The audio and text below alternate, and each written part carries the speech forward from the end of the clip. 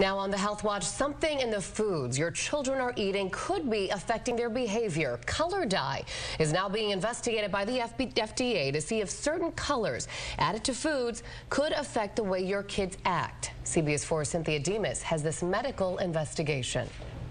He was diagnosed in 2010. Confirmed the diagnosis in 2010. Ivana Feldmeyer's talking about her 8-year-old, Frederick, diagnosed with ADHD. Ivana noticed he was having problems in school.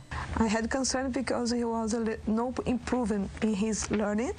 She brought him to psychiatrist Dr. Daniel Bober and learned the foods her son was eating could be making his condition worse. We know that certain chemicals that are synthetic, whether they're dyes or in the environment, can sometimes cause behavioral symptoms.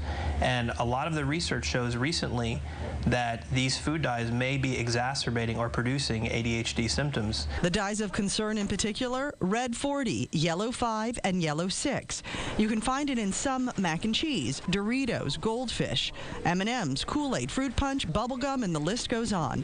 Researchers say the yellow dyes deplete zinc levels enough in some kids to cause hyperactivity. The red 40 dye may lead to temper tantrums, aggressive behavior, fidgeting, anxiety, and the inability to concentrate. Nausea and headaches are also common. In Europe, foods with synthetic dyes carry a warning label. In the United States, it's being researched. The FDA decided to take a close look at the issue last spring, and they did say that food dyes could affect kids like Frederick, who already have ADHD. Now, in the end, they voted to not put warning labels on food because they decided the topic still needed some research. Dr. Bober says of the millions of people with ADHD, up to 30% of them may be affected by food coloring. So, the advice for parents? I'm telling my patients that they should be aware that this data is out there and that food dyes may be exacerbating ADHD symptoms, and before they put their kids on drugs, that they may want to consider a restriction diet and eliminate these food dyes to see if the symptoms can be treated that way before using medication.